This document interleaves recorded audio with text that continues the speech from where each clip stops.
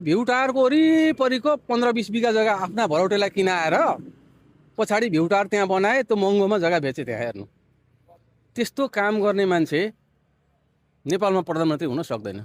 नमस्ते दर्शक, पनि यतिखेर हामी झापा क्षेत्र नम्बर 5 को यो कमल गाउँपालिका अन्तर्गत रहेको यो मङ्गलबारे बजारमा छौँ।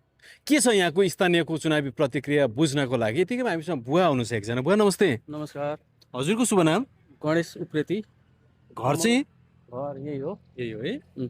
बुवा के छ, अब तपाईँहरूले त धेरै वर्ष भोट हालिसक्नुभयो, अनुभव पनि छ होइन? चुनाव कतिको लाग्दैछ यो क्षेत्रमा? हामीले 4 चुनाव केपी ओलीलाई भोट हाल्यौँ। यसपालि अब हामी हाल्ने अवस्था छैन।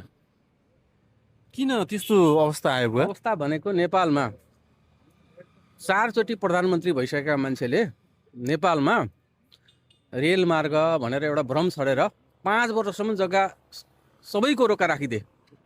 पूर्व पश्चिम लोकमार्गदेखि सबैतिरको। अनि ग्यास पाइप, रेलमार्ग,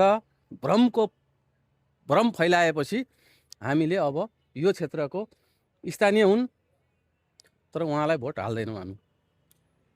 भनेको यसमा अलिकति रिस पनि देखियो बुवा। कस्तो रिस? उसले यो क्षेत्रमा यसो गर्दैनन्, त्यही भएर उहाँलाई भोट नहाल्ने। उहाँका अघि पछि लाग्नेहरूलाई कोरिडोर भनेर त्यहाँ जम्मै जग्गा सबै किनाए आफ्ना भरौटेहरूलाई, र त्यो जग्गा बेचे भरे सरकारलाई। अब यसपालि चाहिँ के विचार गर्दै हुनुहुन्छ? नयाँ हामीले यसपालि घन्टीमा भोट हाल्ने हो। अनि यो घन्टीले चाहिँ देश बनाउँछ? बनाए नबनाए पनि एकचोटि चेतावनीको रूपमा, केपी ओलीको चेतावनीको रूपमा हामीले भोट हाल्ने बाध्यता बनाएको ओलीले। हामी आफू चाहेको होइन, तर बाध्यता बनाएको हो। आफैले सिर्जना गरेको हो नि? आफै केपी ओलीले आफै बाध्यता गरेको हो। त्यसकारण हामीले भोट यसपालि घन्टीमा हाल्छौँ। अब यो चुनाव आउनुभन्दा अगाडि नै यो तपाईँले बोलेका समस्याको समाधान गरिदियो भने? समाधान कसरी हुन्छ र? अहिले हुने अवस्था चाहिँ के छ र?